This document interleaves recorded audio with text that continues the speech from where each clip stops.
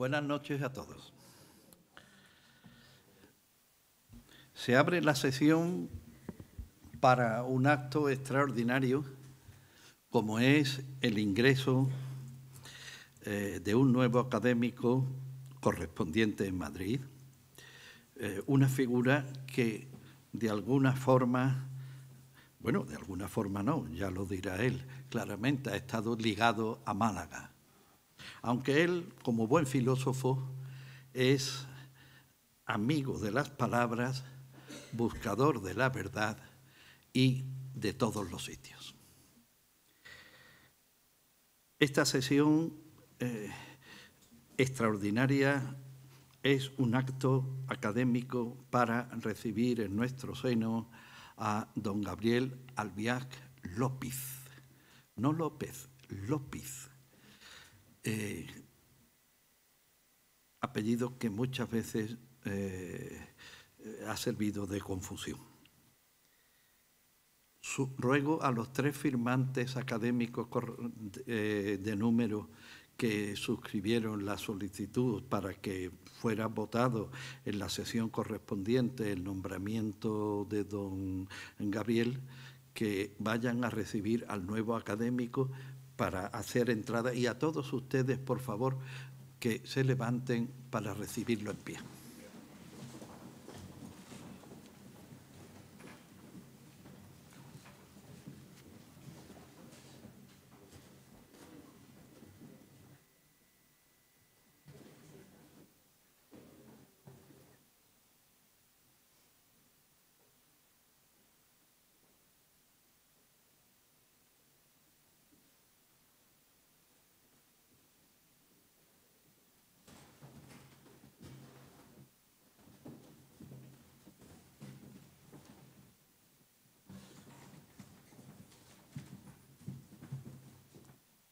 Pueden sentarse.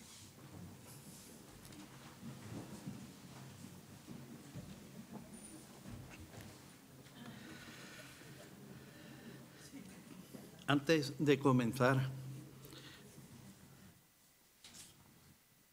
el acto formalmente, quiero hacer un breve prefacio y dar la bienvenida a todos ustedes que nos acompañan, a las señoras y señores académicos, tanto de número como correspondientes, que hoy están aquí, y muy especialmente a don Alfredo Alvar, profesor del CSIC, historiador, especialista en la España del siglo de oro y que es correspondiente en Madrid de nuestra institución. Así también quiero que nos alegremos y agradezcamos su visita a Málaga expresamente para este acto a don Bieito Rubido, director del diario digital El Debate, periódico con tantas raíces en Málaga, pues fue fundado por don Ángel Herrera Oria, de quien, por cierto, hay una estatua que no está mal. A poco que salgamos hacia la izquierda y que si no la conocen, pues les invito a conocerla. El señor Rubido es, al decir de un gran periodista español de investigación, don David Alandete, uno de los periodistas con más templanza y sentido común que he conocido, dijo Alandete, y creo que llevaba razón. Este verano lo he leído. El periódico que dirige y colabora don Gabriel Albiach desde hace años. Y por eso agradecemos extraordinariamente que hoy nos acompañe, porque la actualidad no está para despegarse mucho de la dirección de un periódico, sino todo lo contrario. Después de fijado el día de celebración de este acto, se han producido en nuestro país unos desgraciados hechos, porque la naturaleza se ha desatado y se ha cebado con diferentes zonas de España y especialmente de la Comunidad Valenciana. Paradojas de la vida, uno de los focos iniciales de esa gran debacle tuvo lugar en el pueblo de nacimiento de nuestro nuevo académico, Utiel. No podemos olvidar aquí y ahora a quienes perdieron la vida, a sus deudos, a quienes han perdido a sus familiares, a sus bienes, a su casa, a sus lugares de trabajo. De alguna forma tenemos que solidarizarnos con otros sin usar la palabra con el tono manido con que a veces abusamos, sino de todo corazón, y acordarnos de ellos en este acto.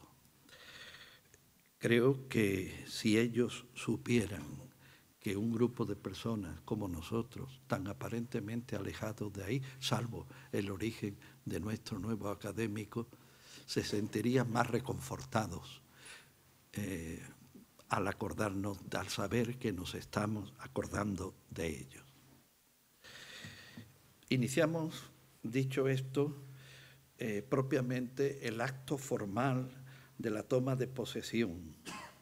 Y este presidente invita al señor secretario a que suba a estrados para desde el atril lea el particular del acta en el que consta el momento en que esta academia eligió a don Gabriel Albiac.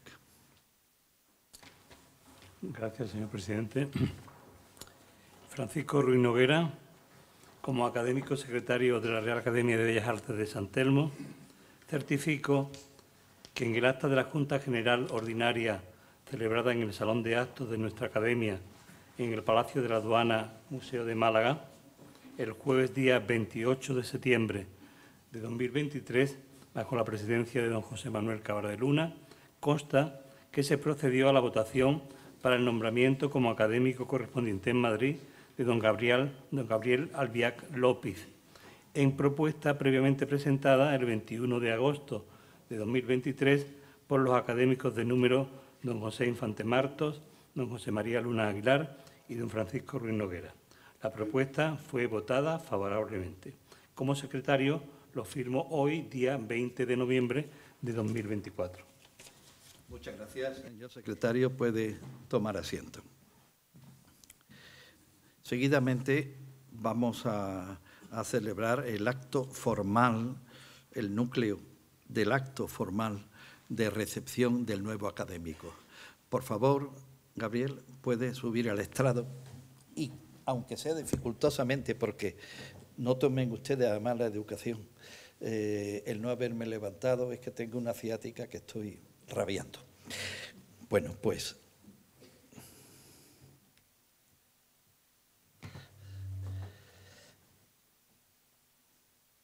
este es como esto, perfecto,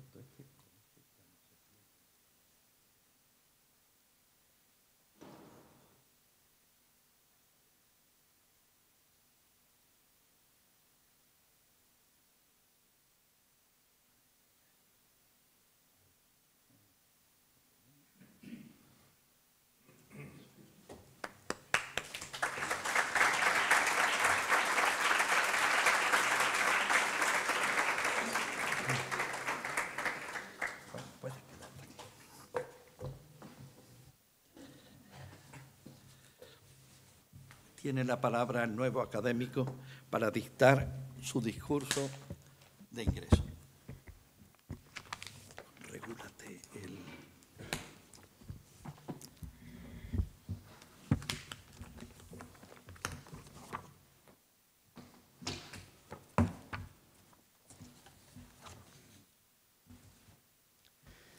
Querido presidente de la Academia, me conmueve extraordinariamente, en primer lugar, que hayas tenido la bondad de recordar a ese pueblo en el cual nací, en el cual viví hasta los 10 años y que efectivamente me quedé absolutamente atónito cuando hace unas pocas semanas, lo vi de pronto inundado por las aguas. Nunca te agradeceré bastante que en el día de hoy hayas empezado tu intervención con ello. Gracias. Señores miembros de esta academia, que habéis tenido la conmovedora benevolencia de pensar en mí para acompañaros en la más ilustre de las instituciones culturales malagueñas, querido Bieito Rubido, director del Debate y antes director también de ABC, que son ya unos cuantos años en los que llevamos trabajando juntos. Queridas Carmen, Samira y Kumari por ausencia. Querida Susana, queridos amigos de entonces y amigos de ahora, que mostráis hoy vuestro cariño acompañándome aquí. Gracias. Hace ahora algo más de medio siglo, un muchacho que acababa de cumplir 17 tomó con sus padres un tren que iba a llevarlos a los tres lejos de Málaga. No dejaba atrás nada, eso creía. Ni familia, ni patrimonio, ni raíces. Fue precisa la distancia que solo el paso del tiempo pone para que 57 años más tarde le sea revelado que dejó atrás todo, lo que importa, aquello sin lo cual un hombre habrá de aprender a vivir en el desarraigo. Todo lo que ha sido mi vida, esto es, sin más, todo lo leído y todo lo escrito, lo fue en el anónimo envite de, a pesar de todo, jugar al juego de sobrevivir sin raíces. Lo entiendo ahora. Podría decir que es demasiado tarde, pero sería pleonasmo. Entender, con mucha suerte saber, es lo que sucede solo demasiado tarde, cuando ya no nos sirve para nada, y es por eso un lujo. Puede que el único lujo verdadero en la vida de un hombre. Como tal, lo acepto. Ahí enfrente estaba la Casa de la Cultura. Allí recuerdo bien las largas tardes que un chaval de 16 años pasó desentrañando las excesivas páginas del Ser y la Nada de Sartre, que determinarían la más grave de sus elecciones, la filosofía.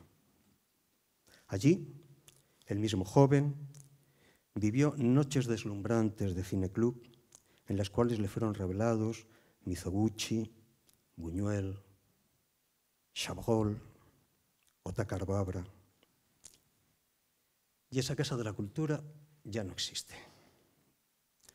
Un poco más arriba y en la misma acera estaba el cine en el cual quedó pasmado ante el rostro atónito de Antoine Duanel, que cierra en foto fija los 400 golpes de François Truffaut. Una desolada mirada al mar que supo entonces que no iba a abandonarlo. Ningún rostro, ni real ni imaginario, lo ha vuelto a conmocionar así. Y ese cine ya no existe. Por la misma acera, la calle de la Victoria, que aún permanece en sus sueños como sinécdoque del camino de la vida, se prolongaba hasta la puerta del Colegio de los Hermanos Maristas. Y allí, durante 7 años, solo un adolescente sabe lo largos que son 7 años, los pocos rostros amigos que permanecen exentos a erosión en la memoria. Alguno de ellos ha muerto, se dice, pero sabe que no, que es este que lo enuncia el que murió muchas veces, como debe morir un hombre en cada instante de su vida, que es en sí mismo y como instante un absoluto al cual a veces llamamos libertad. ¿Qué queda tras ese vértigo del tiempo que todo lo aniquila? La memoria, o sea, todo. Sí, es cierto el axioma de Borges con el que carga como el peso de una maldición o de un milagro. Solo una cosa no hay, es el olvido. Pues bien, de eso, precisamente de eso, he querido volver hoy para hablarles. ¿Puede un hombre de mi edad hablar acaso de otra cosa que no sea del oído?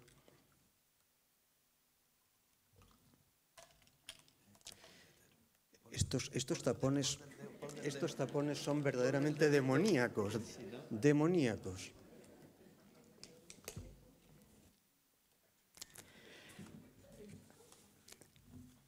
La vida de los hombres cabe toda en un verso de Teógenes de Mégara. 6 siglos antes de que empezara nuestra era. De todas las cosas, dice Teognis, la mejor no haber nacido, ni ver como humano los rayos fugaces del sol. La vida entera de los hombres se cifra en su volátil relación con lo innombrable, a lo que fingimos llamar muerte y de la cual todo lo ignoramos. Se vive lo que se muere lo que se está viviendo y no se habla de ello. No muere lo que no vive, no hay más que eso que sea en rigor enunciable de la muerte. Muere lo que está viviendo. Y nos engaña el tópico barroco acerca de las horas, que todos repetimos con una ingenuidad conmovedora. Que la última de ellas mate allá donde herían solo las otras. Matan todas. Cada instante abole todo lo sido. Abole, pues, cualquier sentido, porque morir es el canon de la vida, eterna. De esa vida cuyo nombre es nada. Jorge Manrique habrá de erigir sobre esa certeza la más recia metafísica de la poesía española. Pues si vemos lo presente, cómo en un punto se es ido y acabado, si juzgamos sabiamente, daremos lo no venido por pasado. Llamamos vivo solo a lo que está declinando, a eso a lo cual Pascal llamaba ser muriente, a eso que con belleza sobrecogedora cristaliza en el endecasílabo de Quevedo. Risueña enfermedad son las auroras. En esa paradoja vive el animal que habla y en ella grandeza y miseria son lo mismo. El hablante estará ahí siempre, en el umbral de lo que le es inimaginable, porque en realidad es sencillamente indecible. Soñando que le queda tiempo y sabiendo que es mentira, que el tiempo solo es lo no presente, esto es nada. San Agustín supo eso, y con él Pascal. El tiempo no puede ser definido, es efímero, no finito. Y eso, ser efímero e infinito a un tiempo, hace de él ese absoluto mal que evocará Ezra Pound. Puede ser que todo Parménides esté en esa intuición que inaugura la paradoja a la cual llamamos filosofía. Ni será, ni fue, dice Parménides. Es, solo. Y esa primera certeza de antes de que la filosofía tuviese un nombre, priva de fundamento al lenguaje que necesariamente enuncia siempre tiempos verbales.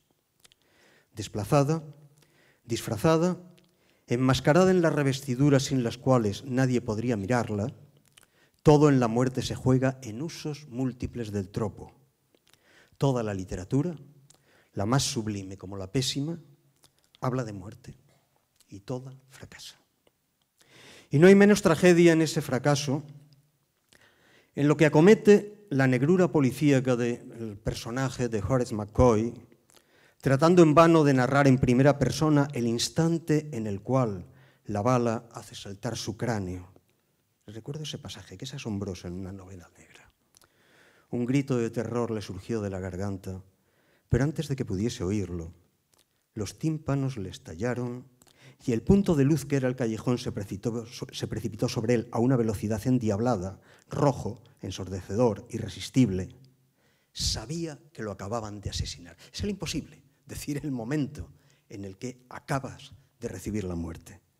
No hay menos tragedia en ese fuego de artificio del primer McCoy que en la clásica que resuena en el resolutivo fogonazo conceptual de Epicuro al proclamar cómo la muerte, mientras vivimos, no existe y cuando está presente, no existimos. O en el equilibrio impecable del hexámetro lucreciano. Nada es la muerte y en nada nos afecta. Cuando yo, no ella, cuando ella, no yo. Ese abismo, dice Pascal, que lo eludimos recubriéndolo con pantallas de imagen bella para mejor saltar hacia el vacío. Tal despeñadero no lo acotan ni visión, ni piedad, ni inteligencia, ni aún la experiencia mística, esa astucia suprema de la muerte en vida, sabe decir su nombre. Es la grieta en el ser que permite o que exige que haya lengua. Su no ser nos es lo más necesario. La nada, ese vacío esencial que solo importa, nos viene únicamente en fogonazos y siempre bajo forma literaria desplazada. Muerte, locura, olvido, son las más intemporales de sus máscaras. Hay otras. En el límite, nada hay en el universo lingüístico de los hombres, esto es, en el universo a secas, que no lo sea. La nada es huidiza, solo es eso. Y lo contamina todo, sin más porque en ausencia de la distancia que ella impone, nada podría ser dicho. Nada, pues, nos afectaría. Nada que siendo es poco y será nada en poco tiempo, conforme al deslumbrante hallazgo de la versificación quevediana. O bien la gongorina, la razón abra lo que el mármol cierra. Y es abrir la razón a la lápida que todo lo clausura, es lo que llamamos filosofía, asentada necesariamente en la paradoja. Solo la muerte no muere. Enunciar la muerte es un síntoma, enfermedad es el habla. Y el sujeto que la sufre, porque solo en ella es, no puede no saberse condenado a no tener más cura que dejar de ser. Cura de un sí mismo enfermo, el del hablante. Enunciada, la muerte señala el punto de fuga sin el cual no hay yo que pueda a sí mismo reconocerse. Ese que muere no es yo. Yo es lo que yo no dice. En palabras de Rimbaud, yo es otro. Y allí, en donde se dice yo, allí no hay nada. Yo mismo de mi mal ministro siendo, en el que es para mí el más hondo endecasílabo de la lengua española, el de don Francisco de Aldana. Mi mal, la enfermedad a la cual otros llaman por mi nombre. No se piensa la muerte. Aquel que según me dicen debiera estar encargado de pensarla, yo, tiene que ponerse primero como muriente para poder decirlo. Y un pronombre no muere. No muere porque no vive. Lo que dice la muerte, esa función gramatical a la cual quienes deben enumerarme llaman yo, no es. Nada responderá desde aquellos antaños vividos, dice Quevedo, ni nadie. Vive muerte callada y divertida, la vida misma. La salud es guerra de su propio alimento combatida. Enfermedad es lo que yo dice, a una enfermedad risueña que alborea en ese día nuevo al que dará su parte de tierra el paso de las horas. Morir sería cura. Fantástico no ser con el que sueña aun el crucificado Dios del barroco español más metafísico. Hoy tiene sed de muerte quien es vida, escribe Quevedo. No hay una definición de Dios más tremenda que esa. Definición de la figura de Cristo. Hoy tiene sed de muerte quien es vida. ¿Cómo ha de perder entidad una palabra yo, que nada significa? ¿Recuerdan ustedes a San Juan de la Cruz? En mí yo no vivo ya, y sin Dios vivir no puedo. La brutalidad materialista de la experiencia mística sobrecoge. Despliega una analítica del yo como máscara efímera de lo que él no es. Y en ese uso propio, nada hay a lo largo de la historia de la literatura, nada a lo largo de la historia del arte o de las religiones, nada a lo largo de la historia a secas que dé cuenta con mayor exactitud que el estupor del abandono místico de la tragedia humana. Decir la propia ausencia, la necesaria ausencia del que dice. Habla otro, y en ese otro nada puede salvar a este hablante. Muerte de Dios y muerte mía son lo mismo.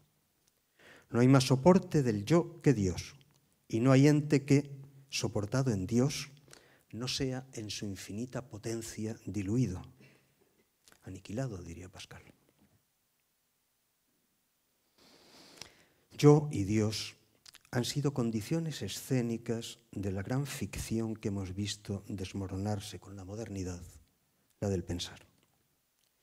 Y el yo cartesiano da en tierra una vez caídos sus decorados. Corremos entonces, dice Pascal, despreocupadamente hacia el precipicio, tras haber puesto ante nosotros algo que nos impida verlo. Esa pantalla de signos que dan sobre nada somos. Queda como apenas un residuo la percepción difusa del vacío. A esa meditación de lo perdido llamamos en rigor filosofía, pero el místico no sabría aceptar ese triste consuelo. San Juan de la Cruz de nuevo, pues sin él y sin mí quedo, este vivir, ¿qué será? Para San Juan, evidentemente, será no ser. La lengua en la cual yo juega su ficción, dar sujeción al flujo de la frase, y una vez que la frase ha sido enunciada, nada. Ni siquiera un rastro muy tenue de lo dicho. Presentes sucesiones de difunto, sentenciará el endecasílabo definitivo con el cual Quevedo da razón de la existencia humana.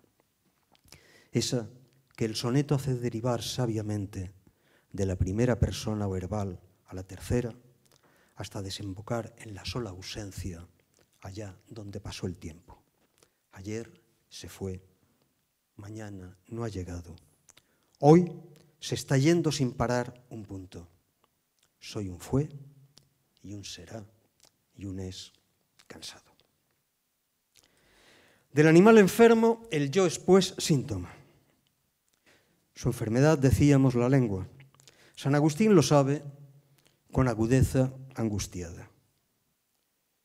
No está el hombre nunca en la vida desde que está en este cuerpo, más bien muriente que viviente, si no puede estar a la vez en la vida y en la muerte. De que toda cosa sea y no sea un tiempo, de la necesidad de formularlo, de las paradojas que en cualquiera de sus formulaciones retorna, habló desde el inicio la filosofía griega. La irrupción de esa rareza tiene fecha y nombre. Transición del siglo VI al V antes de nuestra era, Heráclito.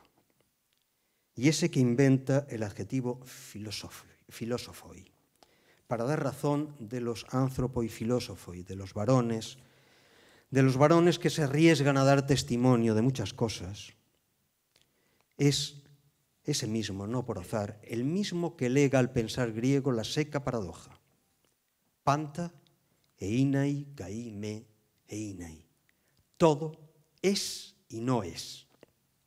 O si prefieren una traducción menos literal, todo es ser y no ser. Lo cual hace Aristóteles, por cierto, en el libro Alfa de la Metafísica, temer la caída en un escepticismo letal. Es esa desgarradura, la condición de emergencia súbita y de aún más súbito agotamiento de la filosofía en el modo de escribir griego. Todo en el escribir de la tragedia, como en el de la filosofía, que en realidad ambos son dos variedades de un mismo género literario, está jugado en la certeza de cómo en la mente de un ente finito no podría ser pensable otra metáfora de identidad que aquella a través de la cual la guerra, Pólemos, reviste de postulado ético, así sucede en Homero, la sequedad del fundamento ontológico, que no hay otro vivir que el ir muriendo, ni otro ser que el no serlo, ni más inmortalidad que la de lo que no vive. La anotación de Giorgio Colli al texto de Heráclito debe considerarse definitiva en este punto.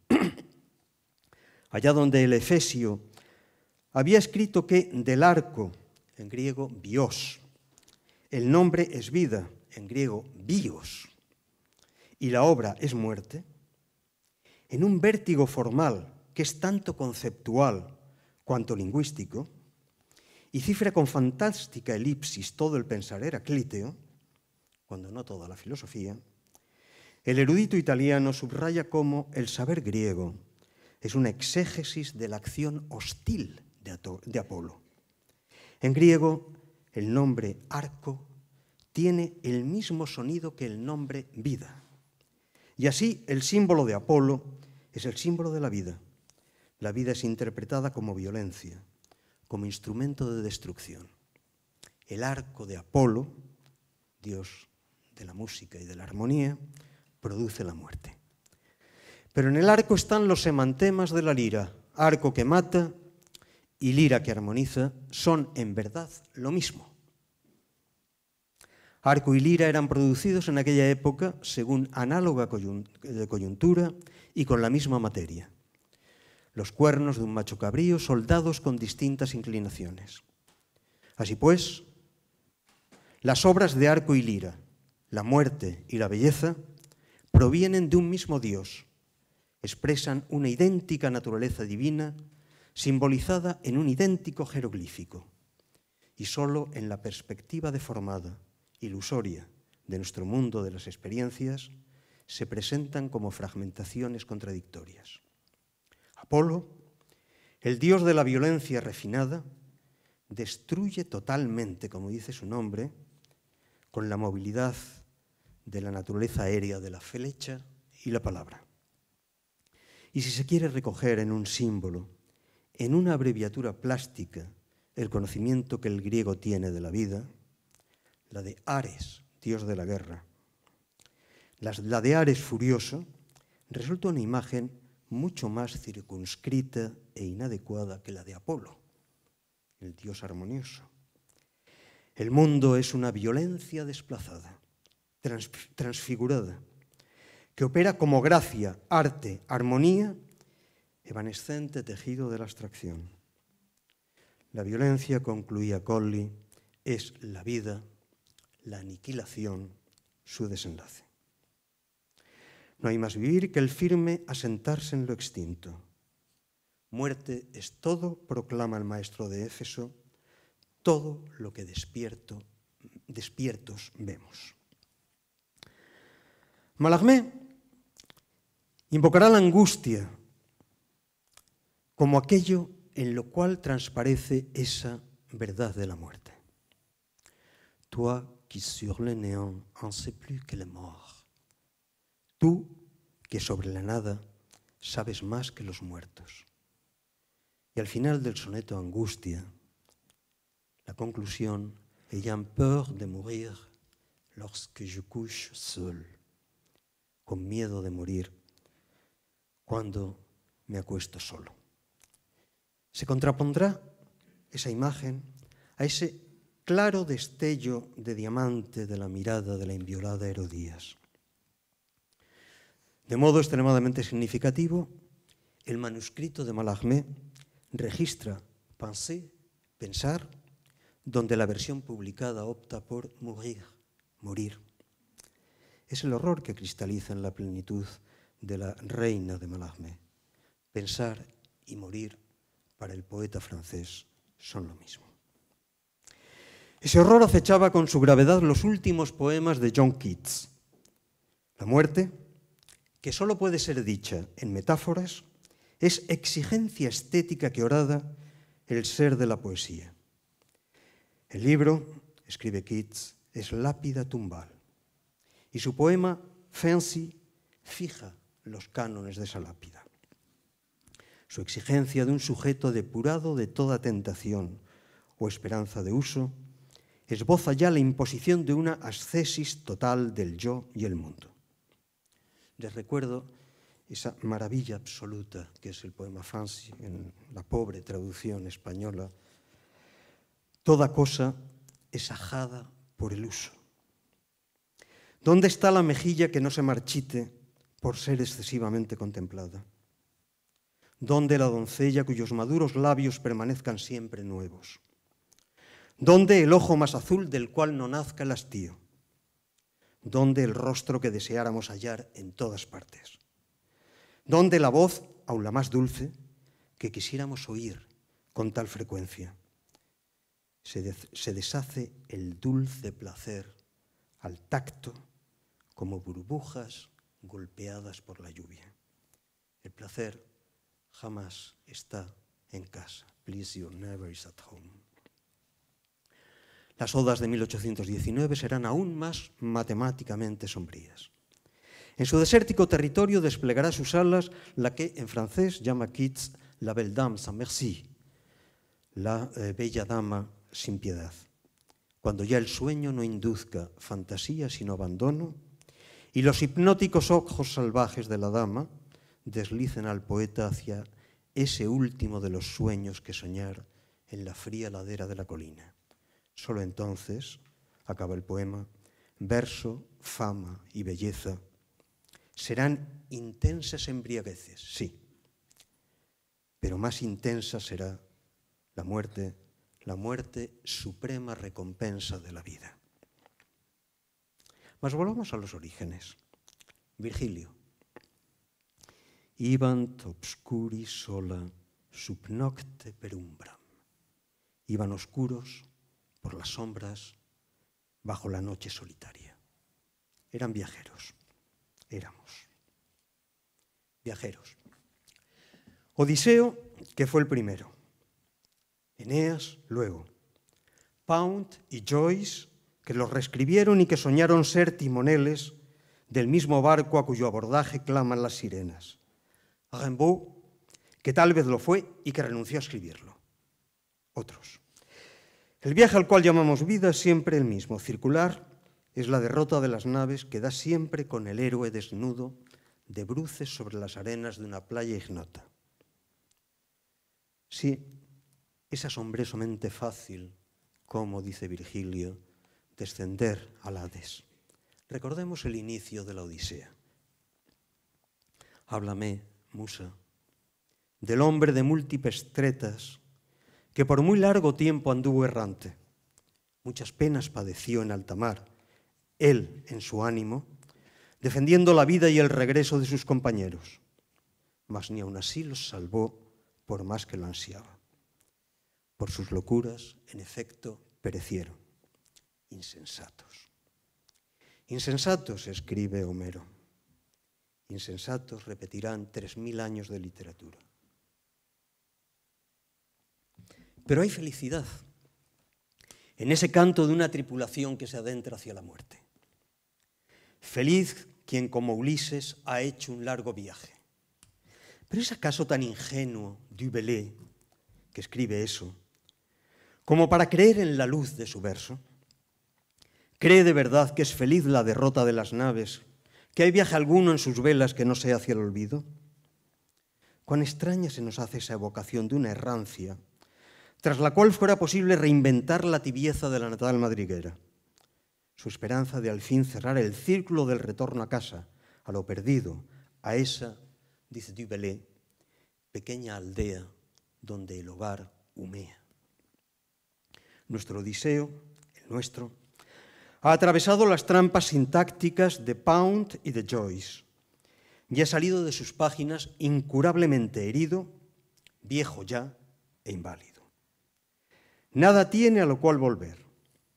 No hay retorno posible a aquello que fue matado por el tiempo. Ni a la mujer amada y ahora vieja, ni al hijo que es ya un hombre, ni al fiel perro Argos, moribundo junto a las cenizas.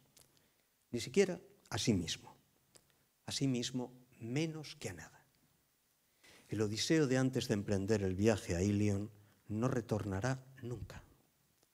Giovanni Pascoli, en su reescritura de la Odisea, le hace por eso invocar algo más primigenio que la muerte, un no ser puro, un no haber sido nunca en el tiempo. Non esser mai più nulla, ma meno morte che non esser più. No ser nunca, nunca haber sido, nunca ya nada, pero no tanto muerte cuanto no ser. De hablar en rigor deberíamos confesar que no hay viaje, solo pérdida, absoluta en cada instante. Baudelaire, en Le Voyage, en el viaje, por ejemplo. Oh, cuán grande es el mundo a la luz de las lámparas, a los ojos del recuerdo, que le monde petit, qué pequeño es el mundo. El viaje es aprendizaje del retorno, y el mundo, tan idéntico a sí mismo en cada recodo de sus confines, cuanto idéntico en el tiempo es nuestro imaginario. Un oasis de horror en un desierto de hastío, dice Baudelaire. No hay más viaje en mis deseos que aquel que no haré nunca, aquel que ni siquiera sé que ansío, el que el destino me impone como imposible, impensable. Amargo es el saber que se obtiene del viaje, concluye Baudelaire. Nada es nuevo. Y en tan sonora aventura, en unos versos que son quizás los más tristes que haya escrito Baudelaire, a pesar de tantos choques e imprevistos desastres, con frecuencia nos hemos aburrido igual que aquí. En menos solemne, en más festivo, Marcel Duchamp, en el epitafio que manda grabar sobre su tumba, que pueden ustedes seguir contemplando. D'ailleurs, c'est toujours les autres qui meurent. Por lo demás, son siempre los otros los que se mueren. Y nuestro Odiseo busca solo lo que solo la muerte puede darle. Su nombre, que es, como todo lector de la Odisea sabe, ausencia de nombre. Será su última derrota. Giovanni Pascoli, al que hemos citado hace un momento, reinventa en el inicio del siglo XX ese fantasmal arribo. Permítame recordar aquí ese conmovedor pasaje. Y el viejo, una vez más, traducir poesía es de algún modo matarla, perdónenme. Y el viejo vio que las dos sirenas, las pestañas alzadas sobre ambas pupilas, tenían los ojos frontalmente fijos en el sol o en él, en su negra nave. Y por encima de la calma inmóvil del mar, alta y segura, Odiseo alzó su voz. Soy yo que retorna para saber que muchas cosas he visto como vosotras me veis a mí. Sí, pero todo cuanto miré en este mundo a mí me miró y me preguntó quién soy. Y la corriente, rápida y suave, cada vez más adelante empujaba la nave. Y el viejo vio una gran pila de huesos, de huesos de hombres y de pieles arrugadas alrededor, junto a las dos sirenas inmóviles tendidas en la playa como dos rocas, son naturalmente Escila y Caribdis. Veo, dice Odiseo, veo. Sea, esta dura osamenta hará crecer la pila, pero vosotras dos, hablad. Decidme antes de que muera si hay una sola verdad, una sola, en todo lo que he visto. Y la corriente, rápida y suave, cada vez más lejos llevaba la nave. Y se erguían sobre la nave con ojos fijos las dos sirenas. Solo tengo un instante, os lo ruego. Decidme al menos quién soy yo. ¿Quién fui? Y entre ambas rocas el barco se hizo trizas. Heureux qui comme Ulysse a fait un beau voyage. Veíamos antes en Du Bellay. Y claro que Du Bellay sabe que es mentira. Feliz quien como Ulises ha hecho un largo viaje, un bello viaje. ¿Quién no sabría eso? Solo un niño envejecido podría fingirlo. Peter Pan, tal vez, recuerdan. La muerte debe ser una gran aventura. Pero no, morir no es aventura alguna. Morir es nada. Y solo nada puede ser predicado de esa nada. Nudus in ignota palinure yacevis arena. Solloza el Eneas de Virgilio tras la pérdida del timonel que Hypnos, dios del sueño, le ha arrebatado. Desnudo yacerás en tierra extraña, Palinuro. Desnudo. Pero todas las tierras en las que el sueño nos derrota son extrañas. Y no hay átomo de ellas que no nos sepa muertos. Pocos instantes más bellos en la poesía del siglo XX, que es en el cual Harold Pinter cobra certeza de que el mundo de los hombres es solo el decorado de su muerte. siempre próxima. I know the place, it is true. Everything we do corrects the space between death and me and you. Conozco el lugar, es verdad. Todo cuanto hacemos corrige el espacio entre la muerte y yo y tú. Gracias, amigos. Muchas gracias.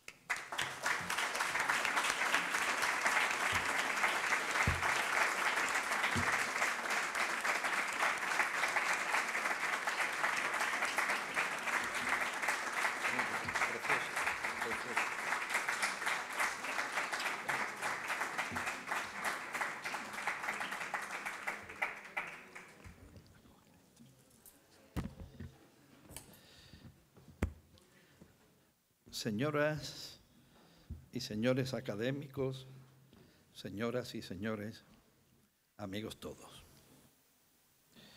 Sea lo primero el dar las gracias a nuestro nuevo académico, aunque se me ha olvidado una especie de la estructura formal del sacramento, pero la diremos luego. Eso es porque estaba pensando más en los picotazos que me daba la pierna que en lo que tenía que pensar. Pero todo tiene arreglo, menos eso a lo que tú te has referido. Hemos venido reiterando a lo largo del tiempo que entre los actos más importantes de cuanto celebramos en nuestra institución se encuentra el de la recepción de un nuevo miembro en el seno de la Academia. Me he permitido titular esta contestación y bienvenida que hacemos a nuestro recipiendario. Es una palabra difícil, pero que existe, como un filósofo en la Academia. Es esta una corporación que se define por su nombre, Real Academia de Bellas Artes, y lógicamente la pregunta que de modo natural nos surge es: ¿corresponde a la filosofía ser considerada como una de las bellas artes? ¿Tiene un filósofo su espacio natural en una academia como en la que nos encontramos? Por supuesto que sí, puesto que la filosofía está en todo por ser todo. Pero en el caso que nos ocupa, la cuestión está más salvada y se nos hace más cómoda con solo dar una rápida lectura al currículo del nuevo académico, pues, como diríamos remedando el lenguaje del arte flamenco, Gabriel Albiac ha tocado todos los palos. Y es que el nuevo académico ha cultivado el ensayo filosófico y el político, la novela, la poesía, la tertulia radiofónica y televisiva o la entrevista en esos mismos medios en los que la inmediatez es el canon. Sus publicaciones en libros superan la treintena, y ello si nos atenemos exclusivamente a las obras nacidas como tales, es decir, unitarias desde el origen, pues serían muchísimas más si hubiese ido reuniendo en un conjunto de volúmenes sus artículos de prensa o sus intervenciones en radio o televisión, desde los que analiza la más palpitante realidad, sin olvidar los artículos aparecidos en revistas especializadas. Pero siendo todas estas cosas, es decir, poeta, novelista, ensayista, periodista de reflexión escrita y oral, nuestro nuevo académico es por encima de eso filósofo, pero no de aquellos forjadores de un sistema al que a la postre su creador acaba encadenado, sino que lo es desde la más absoluta y plena libertad. Por eso sus propuestas filosófico-políticas están entreveradas entre versos, historias de ficción, historias políticas, trufadas todas de las más auténticas realidades históricas. Pensemos, por ejemplo, en su libro sobre Maquiavelo o reflexiones nacidas al amparo de la realidad cotidiana. Por eso no es difícil que en un artículo de prensa escrito al hilo de la más candente actualidad encontremos fundamentos del Tratado Teológico-Político de Spinoza, o una reflexión sobre las pasiones de su ética, o un hilo que nos conduce o que nos une con el más acerado pensamiento de Maquiavelo o de Pascal, y últimamente un sustrato de ese modelo de honestidad intelectual que es la obra toda de Simone Weil. Pero por ser actuales en el periódico de hoy, saca a colación el Aleph de Jorge Luis Borges, de su querido Jorge Luis Borges, y lo mezcla absoluta, radical y totalmente con la libertad y con la política de hoy, lo que estamos viviendo, por llamarlo de alguna manera dulce.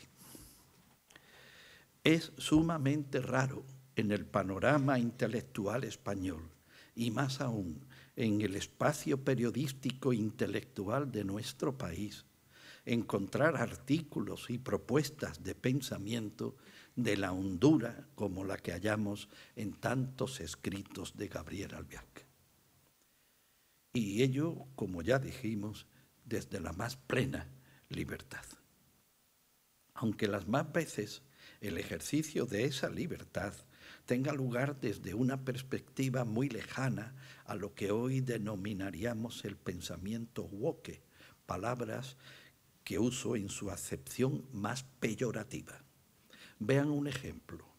En memorable entrevista de hace ya una veintena de años, a la pregunta de por qué escribía en un diario conservador, él, que no lo era y no lo es, en modo alguno, contestó: escribo en el único medio de prensa que jamás me han sugerido cambiar una coma de lo que escribo. Es un privilegio muy raro. Y no podía ser de otra manera la respuesta que diera un autor como Albiac, el mismo que dijo: un escritor existe para producir verdad, o no merece ese nombre. El académico al que hoy recibimos en nuestra corporación fue catedrático de filosofía de la Universidad Complutense con solo 38 años, en 1988. Hoy ya reside, en esa especie de limbo administrativo que es el ser emérito. Su obra, a la que un poco más adelante nos referiremos brevemente, ha sido reconocida con el Premio Nacional de Ensayo en 1988, así como con el Premio González Ruano de Periodismo en 2009, con el Premio Samuel Haddad en 2012 y con el Samuel Toledano en 2013, para en 2018 ser reconocido con el Premio Mariano de Cavia, distinción que al recibirla le hizo exclamar: a partir de ahora ya no me da miedo escribir una tercera de ABC. De su obra La sinagoga vacía, por la que recibió el Premio Nacional de Ensayo, se siguen efectuando reiteradas ediciones que revisa con precisión tras incansable labor investigadora. Ha sido ese un libro que a muchos, quien les habla entre ellos, nos abrió los ojos para ubicar a Spinoza en el contexto histórico de sus fuentes marranas. Desde su aparición, nuestro autor ha seguido insistiendo en el pensamiento judío clásico, siendo muy de destacar sus notas y escolios a una de las últimas ediciones de la Ética demostrada según el orden geométrico. Debemos también citar su monumental obra sobre traducción y nota de los pensamientos de Pascal. Interesantísimas son también la obra nacida de un curso universitario titulada Sumisiones voluntarias, sobre el nacimiento del sujeto político, uno de sus constantes temas de reflexión y de los más agudos, y en los que aparecen desde Maquiavelo a Etienne de la Boétie o Spinoza, a fin sin olvidar, quiero decir, la magnífica reflexión sobre el Mayo francés del 68, titulada Fin de fiesta. Es de destacar asimismo una obra que de algún modo le ha servido para fundamentar el tema de su conferencia de ingreso, titulada, la obra, quiero decir, La muerte, metáforas, mitologías, símbolos. Hace falta una valentía inusual para fijar este de la muerte como tema de un discurso académico en nuestros días. Pero ya hemos dicho que nuestro nuevo compañero no se distingue precisamente por ser alguien que esté a la moda o que la busque, sino que como auténtico filósofo anda incansable a la búsqueda de la verdad. ¿Y hay otra más verdadera que la muerte? Como poeta, hace ya años publicó una obra titulada Rock and Roll, una de sus pasiones confesadas, o la novela en que nos aparece el propio Maquiavelo, titulada Dormir con vuestros ojos. Y ya para concluir este breve repaso en recuerdo de algunas de las obras de Gabriel Albiac, citaremos unas reflexiones recordatorias sobre su propia vida, En tierra de nadie, obra escrita durante la pandemia, como todas las otras, en pequeñas fichas a mano y con pluma estilográfica en una buhardilla del centro de Madrid, un antiguo convento con las paredes tapizadas de libros y en las que los monjes y también sus actuales moradores debían y deben seguir teniendo sumo cuidado para no romperse la cabeza con una de las vigas. Permítanme ustedes, permíteme Gabriel Albiac, concluir con las dos primeras cuartetas del soneto de Góngora del que has extraído el verso que da nombre a tu conferencia. El gran don Luis dice así, en el sepulcro de la duquesa de Lerma. Ayer, deidad humana, hoy poca tierra. Aras ayer, oh tumulto, hoy tumulto, oh mortales, plumas, aunque de águilas reales, plumas son. Quien lo ignora, mucho yerra. Los huesos que hoy este sepulcro encierra, a no estar entre aromas orientales, mortales señas dieron de mortales. La razón abra lo que el mármol cierra. Pues eso, Gabriel Albiac.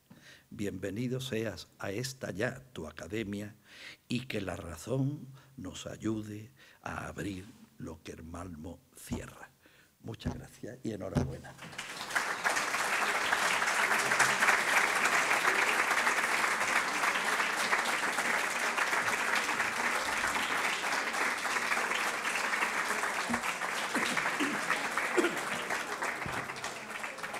Les he dicho que por mi mala cabeza, que en fin quiero justificar porque me duele muchísimo la pierna, pues que por mi mala cabeza no he dicho las palabras sacramentales, que son las propias para formar parte de esta que es ya tu academia. Así que el escudo lo llevas puesto, el diploma te lo ofrezco y te digo, recibe estos símbolos en señal de que desde ahora perteneces como académico correspondiente en Madrid a esta Real Academia de Bellas Artes de San Telmo y con ello asumes el compromiso de fomentar la creatividad artística, así como el estudio, difusión y promoción de las artes y del patrimonio cultural, histórico, artístico y medioambiental, y muy particularmente de la pintura, la escultura, la arquitectura, la literatura, la música y las artes visuales, o sea, la filosofía. Sé bienvenido a nuestra academia.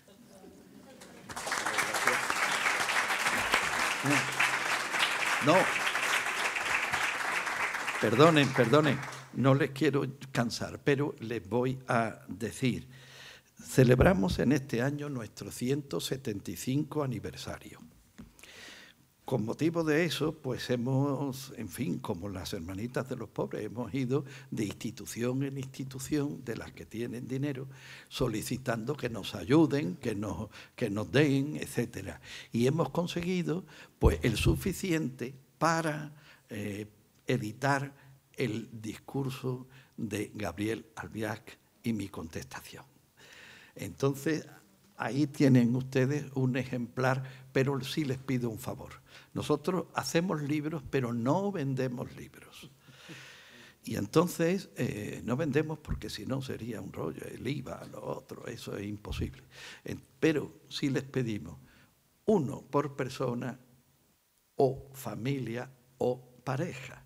Entonces, porque así podemos llegar a más personas, a más gente, y de la otra manera agotábamos la tirada en un momento. Esto es, aquí viene nuestro bienhechor, en este caso es la Fundación Unicaja, que aparece ahí también, y este escudo conmemorativo, este logo conmemorativo de los 175 años de nuestra academia, que es obra de un académico que está por aquí, no sé ahora mismo dónde, eso es Sebastián García Garrido, y al que no tendremos bastantes palabras para agradecerle su generosidad y su buen hacer. Pues tienen ustedes aquí en fin, esta edición de la conferencia. Guárdenla primero porque está bien hecha y segundo porque esto con el tiempo es una rareza bibliográfica, sin duda. Por pronto es una preciosidad. Bueno. Sí.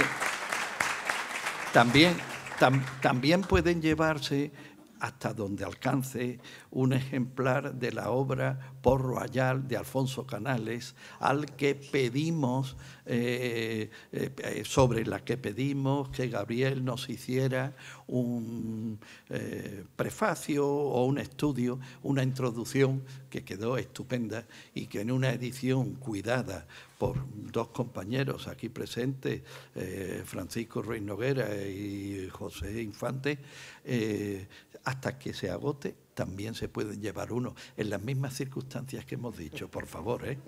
Y a todos ustedes, y ya sí que ha llegado el momento, les digo, pues que disfruten con los textos que se llevan, que son dos joyas, y se levanta la sesión. Muchas gracias.